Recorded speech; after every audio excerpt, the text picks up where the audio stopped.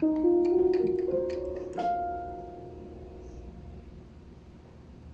this guy kisses this guy's crush and he gets really mad and ruins their close and excessively sexually open relationship.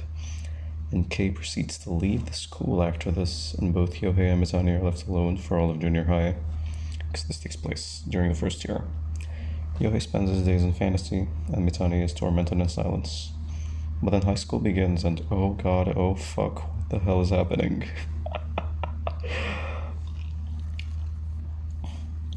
From this point onwards, Yohei faces the dilemma of ascending with his old friend, or going hetero mode with the girl he's still into. Kei represents a queer life unrestricted by social expectations, while Mitani's world is one where he's a guy, she's a girl, and all terms and conditions apply. If you're not an Oshimi veteran, you might be seeing this as incredibly cheesy and/or lame, but we're dealing with a god of subversion here. This is a magnificent, psychological, full-course meal, and we are feasting tonight. There are 3 main sections in this video. The first one revolves around what it even means to be done with being a guy, and why you'd want to do that in the first place, while the second discusses some differences between Oshimi's approach and what trans people tend to do, especially in the West. The third section will just be a deeper look into the exploration of sexuality in the manga. So, Kei and Yohei will be our case study here for what separates men and non-men in this story. Yohei is very obsessed with fulfilling the expectations placed upon men. Get a girlfriend, be dominant, sexualize, objectify, homophobize, sexualize, improvise, adapt, overcome, all of that stuff. He feels as a man, and his response to that is to try harder. Kei steps outside of everything. He dresses femininely because that's fun. He doesn't care about traditional relationships. He displays affection and intimacy to whoever instead of limiting it to a partner. And the way his sexuality functions is fundamentally not the same as Yohei's. He still refers to himself with masculine terms in spite of all of this, though, which I interpret as a way to remain queer. Because if he decided he's a girl now, it may very well become another prison that he needs to escape, where like, in opposition to that, keeping your pronouns symbolizes not caring anymore, like just not even worrying about, oh, I'm gonna have to oh, I'm a girl, so I need to do this, I'm a guy, I need to do that, like, fuck that shit, man, who cares? He just drops masculinity altogether after realizing that it doesn't work for him. Yohei's journey is about going from not getting Kei in the slightest into joining him in the world without gender, as he has to slowly discover the predatory and dehumanizing way in which his sexuality is expressed. Does this sound boring? Am I not reading this script very well? I feel like I sound a little lame.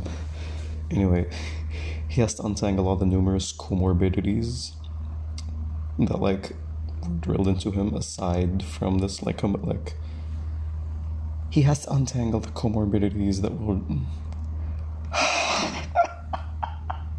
God damn it. Why do relationships so often necessitate this ownership-based look at me dynamic? Why do you need to, and I quote, show her that you've got balls? Why do we assume that sexuality is only about physical stimuli and nothing else? He sees firsthand his own conceptions used for harm and experiences firsthand the dissatisfaction that comes from following the broken rulebook of masculinity to the letter, and also gets continuously manipulated and abused by Mitani, but that's a whole thing. I want us to firstly take a look at Oshimi's personal struggles with masculinity, because I feel that's really important to understanding why he wrote the characters the way he did, because they all represent his struggles with gender and with fulfilling the standards placed upon him. In every volume of this manga, a short afterword from the author is provided, where he tells a story or simply clarifies further on the themes of his work. It's really nice, and I really like it. It's so useful for understanding how his art works. But now, okay. In his adolescence, Oshimi felt like he was stuck in the gross, sex-driven male boat, fueled by lust and objectification that he learned to channel through bad erotica, and he believed that leaving his boat for that of a girl would save him. This yearning for the female body was an idealization, seeing it as clean, pretty, pure, devoid of all of the filth and fluids and smells and thoughts that Oshimi's male body carried. He wants to leave his boat, and by extension, his body. Oshimi describes a concept he dubbed the other side.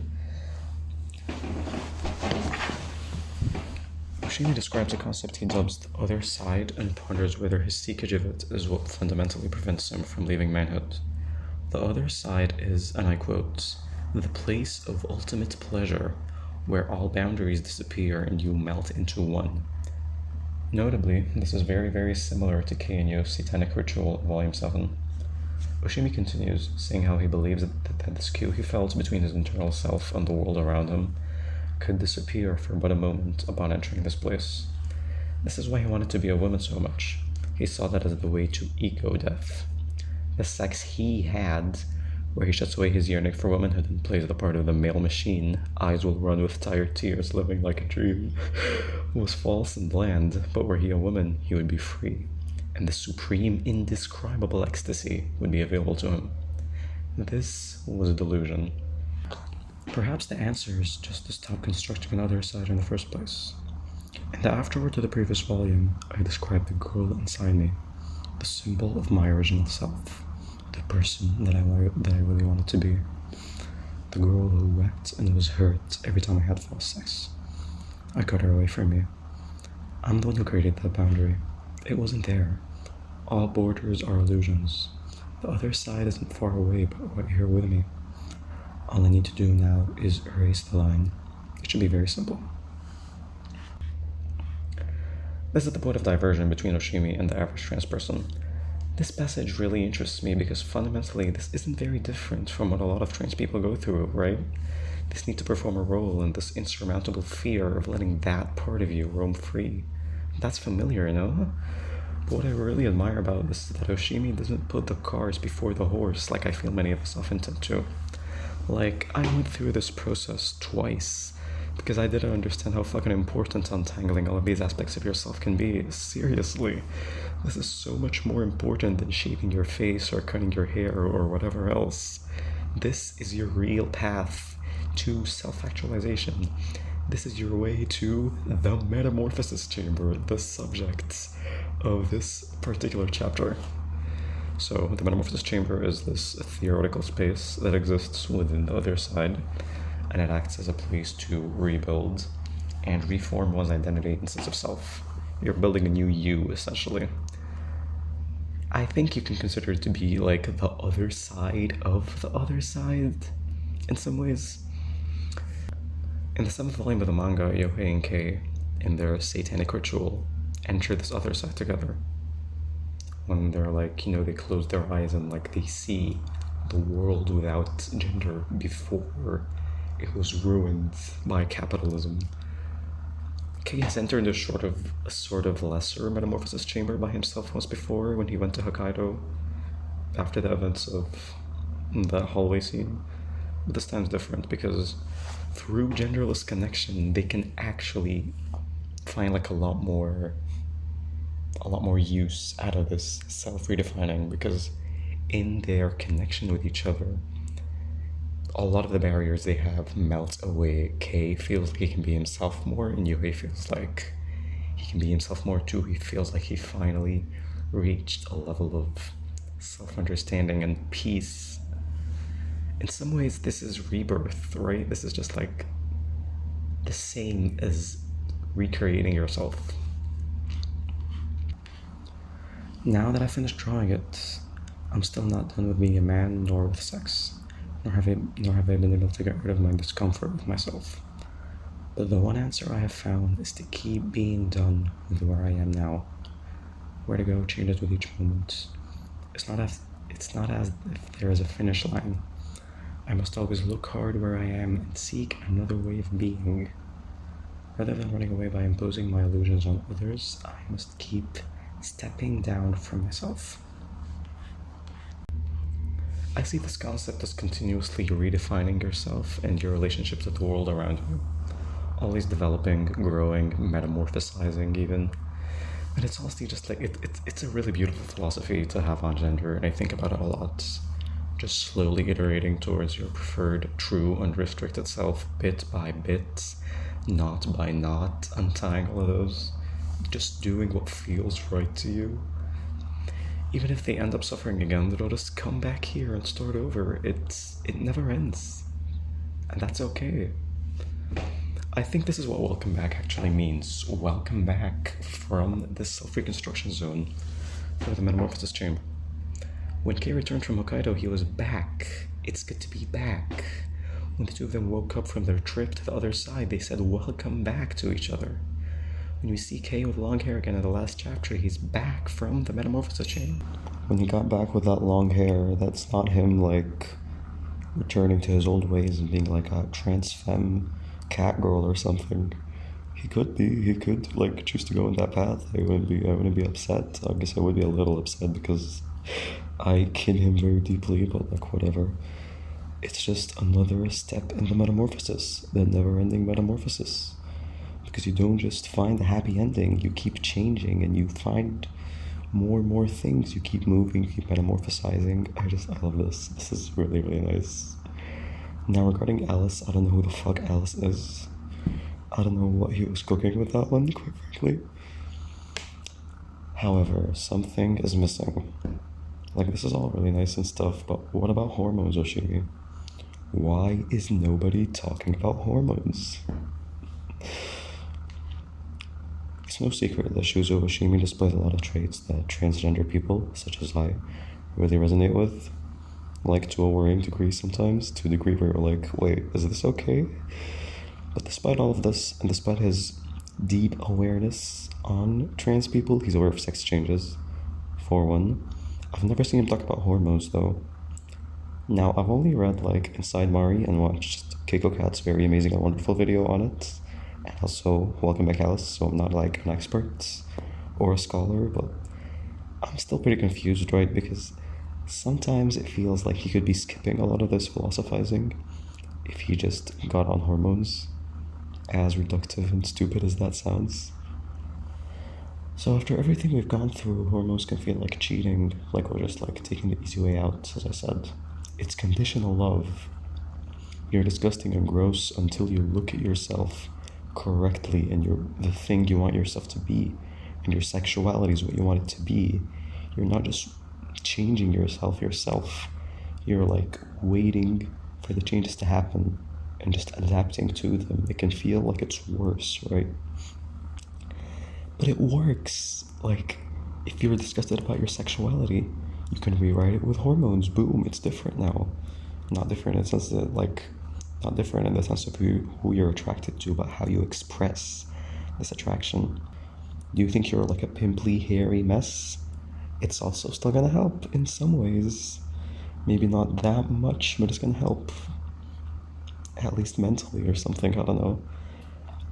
Sexual intercourse also plays into this. That could very well change. Your relationship with sex could very well be completely different upon going on hormones for long enough and like rewriting your endocrine system and shit. So this is terrifying to me, because what if all of this was for nothing, right? What if all of this philosophizing means nothing at all?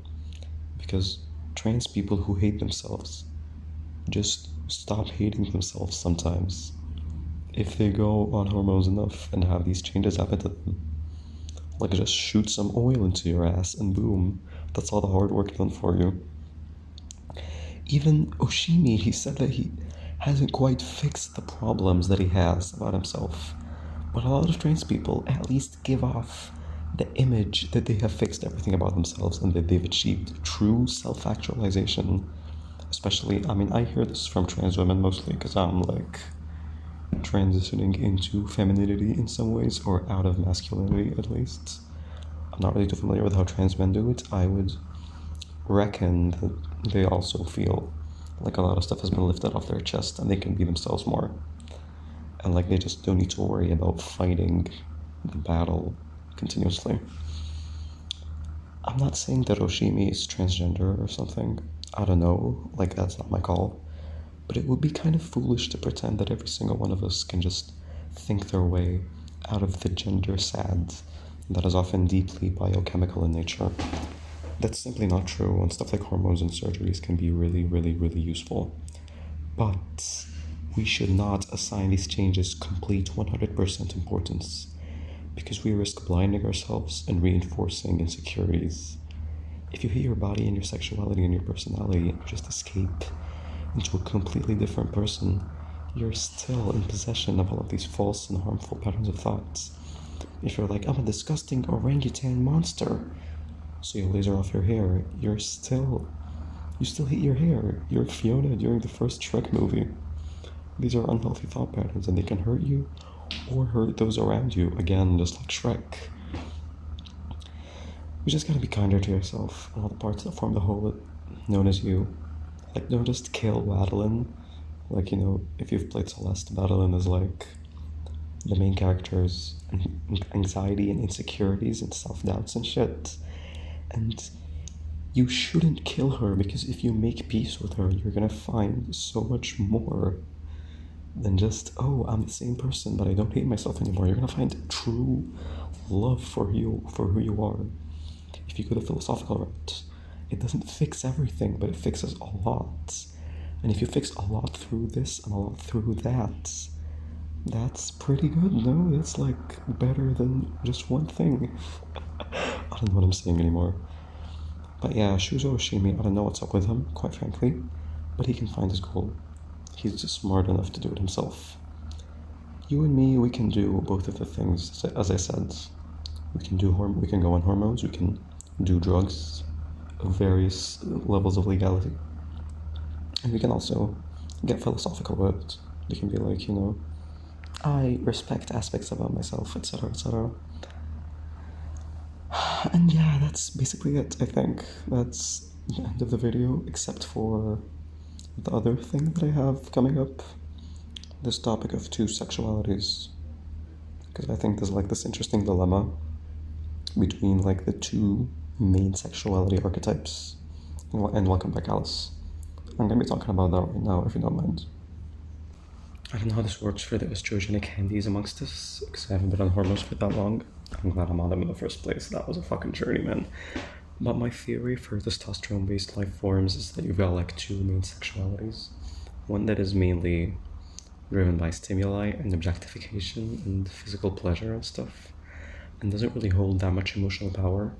But the other is more low-key in some ways, focuses a lot more on the vibes and the feelings and the bonds and such.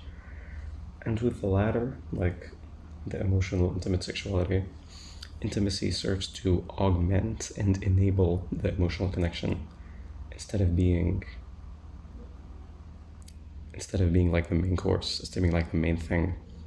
Like the physical aspects of sex become complementary to the full thing instead of maybe the full thing becoming complementary to the physical aspects.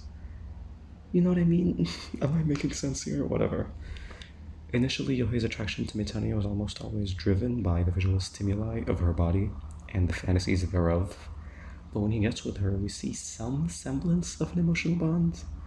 You could argue it's not really that deep, but there's an attempt being made here. There's still objectification going on, but it's a little better. At least it's got like something alongside it. But then Yo's peer pressured into trying to get physical too early. He's like, I'm a guy, it's in my nature. I gotta show her that I have balls. Because she doesn't know. She needs to know that I've got testicles. And like she gets the ick and is like, you're such a boy, which is a line that will bring flashbacks into your head, if you know, you know.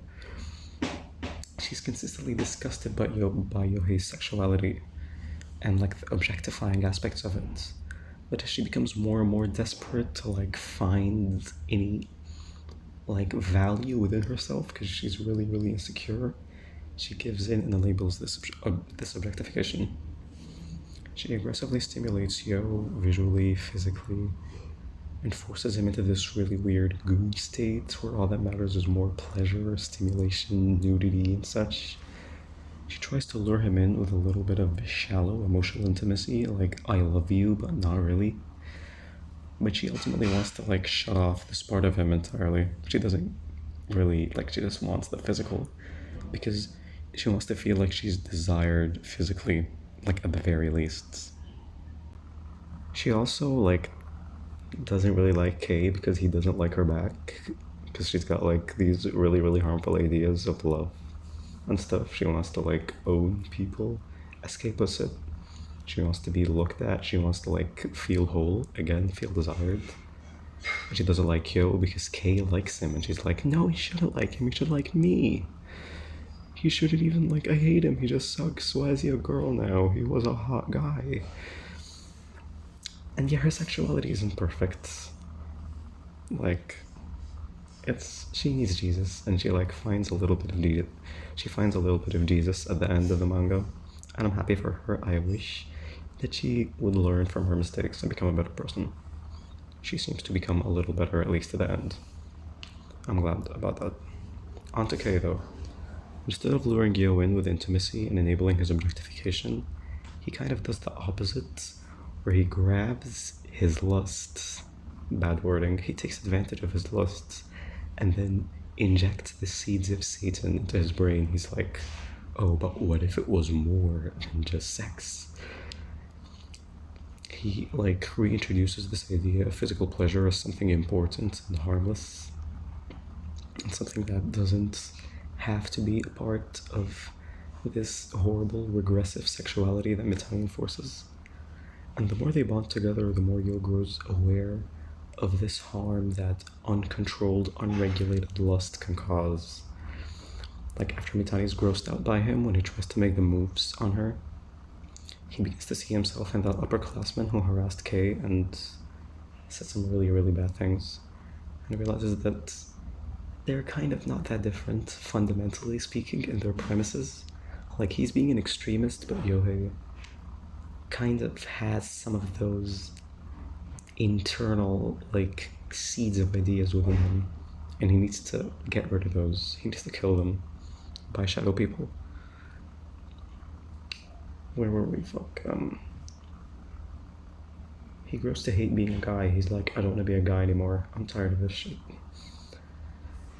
If you've read the manga, this is the point where Mitani like really pushes against this development within him. Like, he was beginning to make some progress, but then she was like, oh, but what if we had continuous, unrelenting, sex-born penis? We'll get to that, okay? When Yohei explains his failure at getting erect with Mitani, Kei confronts him and stuff, and it's like a great scene, and he's like, does it really matter? Like, are these societal constructs really real and really necessary? And then he like goes a step further and does the thing. I think his primary intention was to show Yohei like proper intimacy without this pressure and without this like societal like bullshit that he was really forced into, both by himself and by Mitani, who was also a victim of the mind virus. Yohei remembers this moment, and like it serves as this anchor for what real sex can be like to him. Not like what he had with Mitani, which he quotes, which he like, and I quote, refers to as like masturbation, like a fantasy, in the sense that it's shallow and doesn't really fulfill him in the way that like it ideally would. He becomes aware that like this is one thing, and what he has with Kei is another thing that is more emotional and more real in some ways. It fulfills you more. After a lot of the scenes with Mitani that are like really like mind killing, really hard to watch, he breaks down. He's like, I don't even want to be here anymore. I want to get out of this swamp of lusts. But he doesn't know how to leave, and decides that it's his sexuality and his masculinity and his genitals that are holding him back, and attempts to remove that last one. It's something. It's a very painful scene. He tries, but the pain is too much, and he's sent to the emergency room. And then we're at the final volume by that point, and he learns that you can still use your body in a harmless and non-violent expression of sexuality. And it's really, really beautiful and really, really touching, and I love it so much. You can leave the swamp of lust if you try hard enough. That's the main message of this. The other side is right there with you. So I'm pretty unsure if I got to the full-blown 100% effectiveness estrogenic sexuality, but I know that for me personally, estrogen was a gigantic help in sort of skewing the balance and taking me more into this nice, beautiful side where you feel good about yourself. Because before that, I had two sexualities where one of them was like pretty much the lust. I'm pretty ashamed of it. I don't like it very much, but it was there. It makes you hate yourself. It's like, But then there's the other one that's just like a queer and like nice and like attraction, like just like a peaceful sort of yearning that makes you feel good about yourself. That you're like, oh, I yearn for his touch, like stuff like that. Like that's that's nice. That's not really. That doesn't make you want to die. The other sexuality makes you wish that you're asexual. You're like, I fucking hate this shit. I don't even want to have a sexuality anymore. Kill me. I think this might be a thing that a lot of people go through, especially like female-attracted trans feminine folks, where there's this like dynamic between their queer, peaceful yearning for womanhood, like the girl inside of Oshimi, for example, and then that fights their unrelenting masculine libido that they can't control, even if they really try very hard. Experiencing a little bit of female sexuality feels natural and not shameful and like good, as I've said. But the other one, I hate the other one. You know what the fucked up thing is though? Sometimes both of them mesh together. Like there's a difference between like when it's a fight, okay, but then sometimes you can't even separate between them. And you're like, oh my god, am I a disgusting delusional monster who just doesn't admit that all of this is me? I don't know. I hope that's not the case. I think that's not the case. And after you go through enough like estradiol, the aggressive lust goes away, or at least becomes really weaker, much weaker. And it's so liberating, it's so nice, it's so good. As I was thinking about all of this in front of the bathroom mirror, I realized that this experience of male sexuality as a prison is kind of just like what Yohei and Oshimi go through. Yohei feels like a slave to his libido. It possesses him, controls him, chains him, etc., etc. And he, just like me, just like Oshimi, wishes to escape the swamp of lust. But the solution that Yohei and Oshimi find is to disregard this lust and focus on the pure, free, intimate sexuality. The lust is still there, but they choose to leave guyhood by channeling it within them, channeling this lustless sexuality within them that they usually don't allow themselves to have. Sometimes they don't even know that they have it. It took Kay for you to realize that this sexuality is within him in the first place. I think this is one very, very important aspect of what it means to leave guyhood. Removing this masculine sexuality and channeling this real one, this true one, that is devoid of all the society garbage that is all around us. Is this in everybody? I don't really know. But it's a lot easier without the hormones. That's like a very important thing. And that's basically all I've got to say, right? Like, I don't know what this means for Oshimi, but I know what it means for me. I am a fucking tranny. I'm a transsexual. A true one, even. Many people are saying this. And yeah, that's basically it. This was a nightmare to record. I don't know if it's going to be a nightmare to edit. We'll see. I'm hoping this isn't going to be a complete and utter mess. In the editing process, I'm hoping the audio isn't complete and utter shit. At the end of the day, it's hard to make stuff like this. But who cares about me, okay? We should talk about Keiko Cat, the maker of the Inside Mari video that I talked about. She's very amazing and cool, and if you like this video, you'll like hers a lot, because it's very, very much kind of like a similar energy. It's a very amazing video. And yeah, I don't know, I'm done, okay, like...